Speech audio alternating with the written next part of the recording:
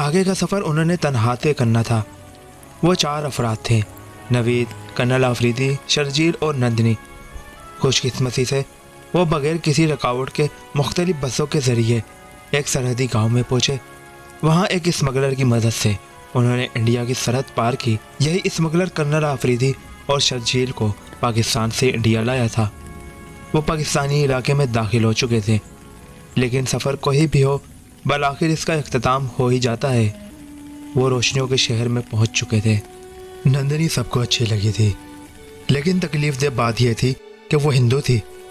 Colonel Afridi 2 روز اپنی جگہ رہا، جبکہ شرجیل اپنے ساتھیوں سے ملنے جا چکا تھا۔ کرنل آفریدی بھی تیسرے روز وہاں سے رخصت ہو گیا۔ وہ زندہ دل انسان تھا، سب جلدی اس سے مانوس ہو گئے تھے۔ نوید کی بہن فرزانہ کے گھر کا ماحول مذہبی تھا۔ وہ 5 وقت کی نماز پابندی سے پڑھتی تھی اور نماز کے بعد ترجمے کے ساتھ قرآن پاک بھی پڑھتی۔ نندنی حیرت سے اس کے عبادت کے طریقہ کار کو دیکھتی تھی۔ وہ اکثر فرزانہ سے اسلام کے بارے میں سوالات کرتی اور فرزانہ جس قدر جانتی اس کے سوالات کا جواب دیتی۔ نندنی اکثر تلاوت قرآن پاک کے وقت اس کے قریب آ جاتی اور اس سے تلاوت سنتی۔ قرآن پاک کی تلاوت اس کے دل و دماغ پر اثر انداز ہونے لگی تھی۔ بالآخر ایک روز اس نے اسلام قبول کرنے کا ارادہ ظاہر کیا تو سب خوشی سے کھل اٹھے۔ اسے ایک عالم دین کے پاس لے جایا گیا، جہاں اسلام کے بارے میں مزید معلومات کے بعد نندنی نے اسلام قبول کر لیا۔ فرزانہ کی خواہش پر اس کا نام نادیہ رکھا گیا۔ نادیہ اور نوید کی شادی طے کر دی گئی۔ فرزانہ کا ارادہ بھائی کی شادی دھوم دھام سے کرنے کا تھا۔ تمام رسومات کے بعد بالآخر وہ دن بھی آ گیا جب نادیہ اور نوید نے ایک ہونا تھا۔ کرنل آفریدی بھی اپنے 8 ساتھیوں سمیت ان کے گھر ڈیرا جمائے بیٹھا تھا۔ نادیہ کو سجنے سنورنے کے لیے شہر کے مشہور بیوٹی پارلر میں روانہ کیا گیا۔ فرزانہ نادیہ کے ساتھ ساتھ تھی۔ ان کے گھر میں شادی کی خوشی میں خوب چہل پہل تھی۔ دلہن کو بیوٹی پارلر لے گئے۔ 2 گھنٹے گزر چکے تھے۔ نوید زاہد آفریدی سے خوش گپیوں میں مصروف تھا کہ اس کے فون کی بیل بج اٹھی۔ نوید نے کال ریسیو کی۔ نوید غضب ہو گیا۔ نادیہ کو کچھ لوگ گن پوائنٹ پر اغوا کر کے لے گئے ہیں، فرزانہ نے دوسری طرف سے روتے ہوئے کہا تو نوید کا دل ڈوبنے لگا۔ باجی یہ کیسے ہوا اور وہ کون لوگ تھے؟ ہم بیوٹی پارلر میں موجود تھے کہ ایک پجاری ٹائپ شخص اور 3 دوسرے افراد زبردستی بیوٹی پارلر میں گھس گئے۔ ان کے پاس خوفناک قسم کی گنیں تھی۔ وہ نادیہ کو گن پوائنٹ پر بیوٹی پارلر سے لے گئے۔ پارلر والوں نے پولیس کو اطلاع کر دی ہے، دوسری طرف سے فرزانہ نے کہا، اور نوید نے رابطہ منقطع کر دیا۔ کیا ہوا؟ کرنل آفریدی نے اسے پریشان دیکھ کر پوچھا تو نوید نے اسے دکھی لہجے میں ساری بات بتا دی۔ تمہاری باجی کی باتوں سے لگتا ہے کہ وہ پجاری کشوری لال ہوگا۔ وہ منٹوں سیکنڈوں میں کہیں بھی پہنچ سکتا ہے، اور وہ ویسے بھی تم دونوں کے ملاپ کا دشمن ہے۔ اسے جب پتہ چلا ہوگا کہ تم دونوں ایک ہونے والے ہو تو وہ نادیہ کو لے اڑا۔ اس کے لیے انڈیا سے پاکستان آ رہا اور نادیہ کو اغوا کرنا مشکل کام نہیں۔ کرنل آفریدی نے کہا، لیکن جے چند سے لڑائی کے وقت وہ سامنے کیوں نہیں آیا؟ نوید نے پوچھا۔ اس کی وجہ تمہارے پاس موجود طلسماتی انگوٹھی اور لاکٹ ہے، اور یہاں بھی اسے معلوم تھا کہ جب تک تمہارے پاس یہ دونوں چیزیں ہیں وہ تمہارا کچھ نہیں بگاڑ سکتا۔ اسی لیے اس نے بہتر یہی جانا کہ نادیہ کو اغوا کر لے۔ نوید گہری سوچ میں پڑ گیا۔ گھبراؤ مت، اللہ بہتر کرے گا، کرنل آفریدی نے اسے تسلی دی۔ فرزانہ گھر آ چکی تھی۔ کرنل آفریدی نوید اور اپنے ساتھیوں سمیت اپنے ٹھکانے پر آ چکا تھا۔ جیسے جیسے وقت گزرتا جا رہا تھا نوید کی پریشانی میں اضافہ ہوتا جا رہا تھا۔ وہ جانتا تھا کہ کشوری لال نادیہ کا ازلی دشمن ہے۔ نادیہ کی زندگی خطرے میں تھی۔ اسی وقت کرنل آفریدی کے فون کی کال بیل بجی۔ اس نے کال ریسیو کی۔ کیسے ہو آفریدی؟ مجھے بھولے تو نہیں؟ دوسری طرف سے بولنے والے شخص کی آواز سن کر اس کی رگوں میں دوڑنے والے لہو کی گردش میں تیزی آ گئی۔ یہ کوئی اور نہیں، اس کی تباہی و بربادی کا ذمہ دار راجیش تھا۔ کیوں لگا نہ جھٹکا؟ لیکن اب دوسرا جھٹکا سہنے کے لیے تیار ہو جاؤ۔ نندنی ہمارے قبضے میں ہے اور ہم اس کی بلی چڑھانے والے ہیں۔ بچا سکتے ہو تو بچا لو۔ میں نے کہا تھا نا کہ تم سے منسوب ہر فرد کا خاتمہ کر دوں گا، راجیش نے کہا اور رابطہ منقطع کر دیا۔ کشوری لال اور راجیش کا ٹھکانہ وہ لوگ نہیں جانتے تھے، اور نادیہ کی زندگی بچانے کے لیے اسے جلد ڈھونڈنا ضروری تھا۔ چلو نوید، باہر چلتے ہیں، ہو سکتا ہے اللہ کوئی راستہ نکال دے، کرنل آفریدی نے کہا اور اٹھ کھڑا ہوا اور اپنے تہی وہ سڑکوں پر گھومنے لگے کہ اچانک ایک جگہ کرنل آفریدی نے گاڑی فٹ پاتھ کے قریب روکی اور دروازہ کھول کر جلدی سے باہر نکل گیا۔ نوید حیرت زدہ گاڑی میں بیٹھا رہا۔ کرنل نے بھاگ کر فٹ پاتھ پر چلنے والے ایک خواجہ سرا کے کندھے پر ہاتھ رکھ کر اسے اپنی طرف موڑا۔ کرنل کو دیکھتے ہی خواجہ سرا کے چہرے کا رنگ فک ہو گیا۔ اس نے بھاگنا چاہا مگر کرنل نے مضبوطی سے اس کی کلائی پکڑ لی۔ چھوڑ دو مجھے ورنہ میں شور مچا دوں گی، خواجہ سرا نے اپنے مخصوص لب و لہجے میں دھمکی دی۔ تمہیں جتنا شور مچانا ہے مچا لو۔ کرنل نے فٹ پاتھ پر گزرنے والے لوگوں کی پرواہ کیے بغیر اسے گھسیٹ کر اپنی گاڑی تک لیا اور اپنے پچھلے نصف پر دھکیل کر خود بھی اس کے برابر بیٹھ گیا۔ چلو نوید گاڑی چلاؤ، وہ سرد لہجے میں بولا اور خواجہ سرا چیخنے چلانے لگا۔ فٹ پاتھ پر ارد گرد موجود لوگ حیرت سے وہ منظر دیکھ رہے تھے۔ کرنل نے اپنے ہولسٹر سے پسٹل نکالا اور خواجہ سرا کی کنپٹی سے لگا دیا۔ اب اگر آواز نکالی تو گولی چلا دوں گا، وہ گھرایا اور خواجہ سرا سہم کر خاموش ہو گیا۔ اسی اثنا میں نوید گاڑی چلا چکا تھا۔ کچھ دیر بعد وہ کرنل کے ٹھکانے پر موجود تھے اور خواجہ سرا زمین میں فکس لوہے کی کرسی پر بندھا ہوا تھا۔ اس خواجہ سرا کو تم کیوں پکڑ لائے؟ نوید نے پوچھا۔ یہ وہی ہے جس کے ذریعے راجیش نے مجھے اغوا کی خبر دی تھی۔ میرے پاس وقت بالکل نہیں۔ اگر اپنی ہڈی پسلی نہیں توڑوانا چاہتے تو شرافت سے یہ بتاؤ کہ راجیش اور کیشوری لال کہاں ہیں اور انہوں نے نادیہ کو کہاں قید کیا ہے۔ اس بار کرنل خواجہ سرا سے مخاطب تھا۔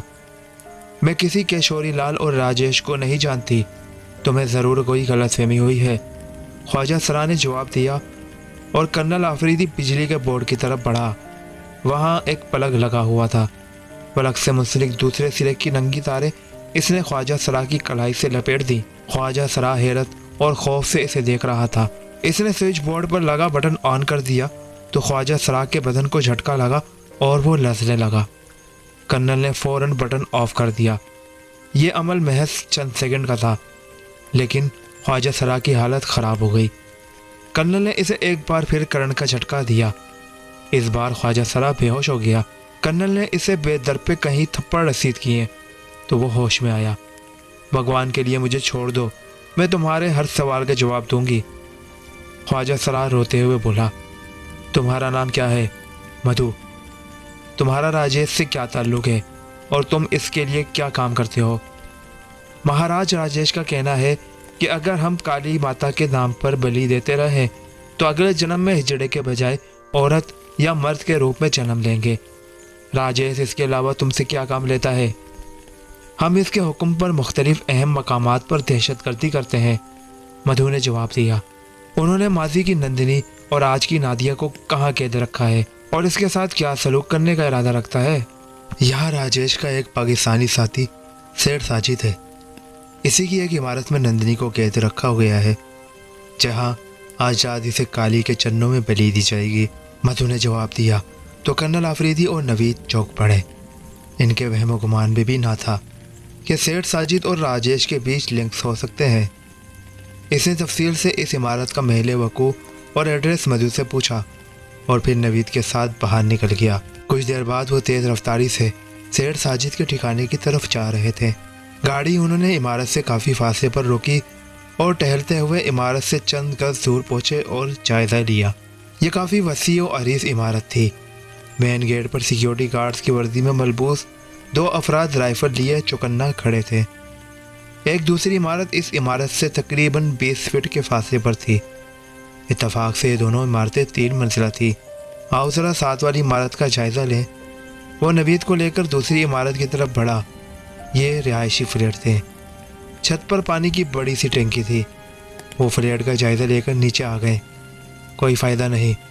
فرض کرو ہم سیٹھ ساجد کی عمارت میں داخل ہو بھی جائیں تو کیشوری لال پر قابو پانا ناممکن ہے۔ وہ ایک ساحر ہے، اپنے جادو سے نندنی سمیت وہاں سے غائب ہو جائے گا اور ہم دیکھتے رہ جائیں گے، نوید مایوس لہجے میں بولا۔ کرنل بھی اس کی رائے سے متفق تھا۔ اس کے پاس وقت بہت کم تھا اور اس مشکل کا کوئی حل بھی ان کی سمجھ سے بالا تر تھا۔ وہ خاموشی سے گاڑی میں آ بیٹھے۔ کرنل نے گاڑی آگے بڑھا دی۔ شہر کی ایک مرکزی سڑک پر ان کی گاڑی جھٹکا کھا کر رک گئی۔ یہ کیا ہوا؟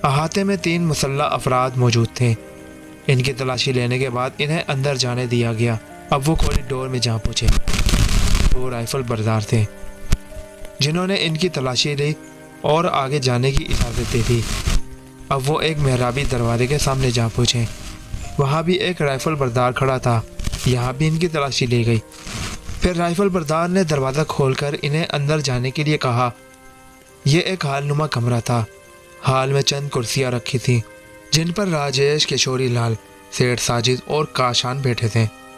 ہال کی دائنی دیوار کے ساتھ کالی کا بت موجود تھا جس کے چرنوں میں نادیہ بندی پڑی تھی۔ ایک طرف 2 رائفل بردار افراد کھڑے تھے۔ ہال میں 6-7 خوبصورت خواجہ سراب بھی موجود تھے۔ مدھو، تم وقت پر پہنچی ہو۔ اس ناری کی بلی دی جانے والی ہے، بس کچھ سمے باقی ہے۔ پرنتو یہ تمہارے ساتھ کون ہے؟ راجیش نے پوچھا۔ مہاراج، میں اسے آپ کے چرنوں میں رہنے کے لیے لائی ہوں۔ یہ نہیں ہے، میں نے سوچا کہیں غلط ہاتھوں میں نہ چلی جائے، اس لیے یہاں لے آئی، مدھو نے کہا۔ ہے تو یہ کافی سندر۔ تمہارا نام کیا ہے؟ راجیش نے شاکر سے پوچھا۔ مالا، شاکر نے مختصر جواب دیا۔ دیکھو مالا، تمہیں مدھو نے تھوڑا بہت سمجھا تو دیا ہوگا۔ یہ سیٹھ ساجد اور کاشان ہے، ہمارے ساتھی ہیں، اور یہ ہے مہاراج کشوری لال، یہ بہت ہی مہانت سی ہیں، راجیش نے کہا، اور شاکر نے کمال ہوشیاری سے آگے بڑھ کر کشوری لال کے چرن چھوئے۔ مجھے مدھو نے آپ کے بارے میں بھی بتایا تھا، میں آپ کے لیے پھول لائی ہوں، انہیں سویکار کر لیں۔ شاکر نے اس کا جواب کا انتظار کیے بغیر شاپر سے پھولوں کا چھوٹا ہار نکالا اور کشوری لال کے گلے میں ڈال دیا۔ ہار گلے میں پڑتے ہی کشوری لال کے چہرے کا رنگ تبدیل ہو گیا۔ وہ ایک دم کرسی سے اٹھا اور گلے سے پھولوں کا ہار نکالنے کی کوشش کی، اور اسے ایک جھٹکا سا لگا۔ ایسا محسوس ہوا جیسے اسے 1000 وولٹ کا کرنٹ لگا ہو۔ یہ کیا ہے؟ وہ سانپ کی طرح پھنکارا۔ کشوری لال، تم اپنی پراسرار جادوئی صلاحیتوں سے محروم ہو چکے ہو، شاکر نے مسکراتے ہوئے کہا۔ راجیش، سیٹھ ساجد اور کاشان خطرے کا احساس ہوتے ہی اٹھ کھڑے ہوئے۔ کاشان نے اچانک ہی اپنے ہولسٹر سے پسٹل نکالا اور گولی چلا دی، جو شاکر کے سینے میں لگی تو وہ چیختا ہوا گر گیا۔ کاشان کا گولی چلانا شاکر کے لیے غیر متوقع تھا، اس لیے وہ اپنا دفاع نہ کر سکا۔ ادھر وہ سب فلیٹ کی چھت پر موجود تھے۔ کرنل آفریدی کے کانوں میں ہینڈ فری جیسا آلہ لگا ہوا تھا جس سے دوسری عمارت میں ہونے والی گفتگو سنی جا رہی تھی۔ اسے معلوم ہو چکا تھا کہ شاکر اپنے مقصد میں کامیاب ہو چکا ہے کہ اچانک گولی چلنے کی آواز سنائی دی۔ پھر شاکر کی چیخ سن کر کرنل آفریدی مضطرب ہو گیا۔ اس نے برق کی سرعت سے بیگ میں سے ڈول مشین جیسا آلہ نکالا اور اس کا رخ سیٹھ ساجد کی عمارت کی طرف کر کے سائٹ پر لگا بٹن دبا دیا۔ سرر کی آواز کے ساتھ اس آلے میں سے رسی نکلی اور رسی کے سرے پر موجود ہک سامنے والی عمارت کی دیوار میں پیوست ہو گیا۔ کرنل آفریدی نے اس کا دوسرا سرا ایک طرف لگے پلر سے باندھ دیا۔ وہ ایک ایک کر کے دوسری عمارت کی چھت پر پہنچ گئے۔ انہوں نے اپنے ہاتھوں میں موجود گنوں کو فائرنگ پوزیشن دے دی تھی کہ اسی وقت کرنل آفریدی نے راجیش کی آواز سنی جو کہہ رہا تھا، مدھو، تم غدار نکلی، اب غداری کا انجام بھی دیکھ لو۔ پھر مدھو کی چیختی ہوئی آواز سنائی دی، نہیں مہاراج، میرے سینے پر ریموٹ کنٹرول بم موجود ہے۔ مدھو کی بات سنتے ہی ان کے اوسان خطا ہو گئے۔ وہ نادیہ اور مدھو کو بھول کر محرابی دروازے کی طرف بھاگے۔ ادھر نوید، کرنل آفریدی اور اس کے ساتھی تیزی سے سیڑھیوں سے اتر چکے تھے۔ سامنے سے 2 مسلح افراد بھاگتے ہوئے آ رہے تھے۔ کرنل آفریدی نے برسٹ مارا، وہ دونوں گولیوں سے چھلنی ہو کر چیختے ہوئے گرے۔ وہ گولی ڈور میں داخل ہوئے۔ ایک کمرے کا دروازہ کھلا اور ایک رائفل بردار تیزی سے باہر نکلا۔ شرجیل کی چلائی ہوئی گولی اس کی پیشانی میں لگی۔ تم میں سے 4 افراد احاطے میں جائیں اور وہاں موجود افراد کو قابو کریں، زاہد افریدی نے کہا، اور ان کے 4 ساتھی مڑ کر احاطے کی طرف دوڑے۔ سامنے سے 3 خواجہ سرار رائفلیں لے کر بھاگتے ہوئے آ رہے تھے۔ نوید نے برسٹ مارا تو خواجہ چرا چیختے ہوئے گر گئے کہ اسی وقت دروازہ کھلا۔ محرابی دروازے سے کشوری لال، راجیش، سیٹھ ساجد اور کاشان نکل کر ایک دوسرے کمرے کا دروازہ کھولنے کی کوشش کر رہے تھے۔ نوید نے ٹریگر دبا دیا۔ گولی کشوری لال کی ٹانگ میں لگی تو وہ چیختا ہوا گر گیا، جبکہ راجیش سیٹھ ساجد اور کاشان کمرے میں گھس کر دروازہ اندر سے مقفل کر چکے تھے۔ احاطے میں سے بھی فائرنگ کی آوازیں آ رہی تھی۔ کشوری لال تیرے جنم جنم کی کہانی کا اختتام ہونے والا ہے، نوید نے دانت پیچتے ہوئے کہا اور اڑتے ہوئے کشوری لال پر گولی چلا دی جو کشوری لال کی پیشانی میں لگی اور وہ کٹے ہوئے تحشیر کی طرح گر گیا۔ جنموں جنموں کا 8ویں پارٹ کا یہاں اختتام ہوتا ہے۔ 9ویں اور آخری پارٹ میں ہم جان سکیں گے کہ کیا کشوری لال ختم ہو گیا، کیا نوید اور نادیہ کی شادی ہو گئی۔ یہ سب جاننے کے لیے آخری پارٹ کا انتظار کریں جو انشاءاللہ کل اپلوڈ کر دیا جائے گا۔ اللہ حافظ۔ پاکستان زندہ باد۔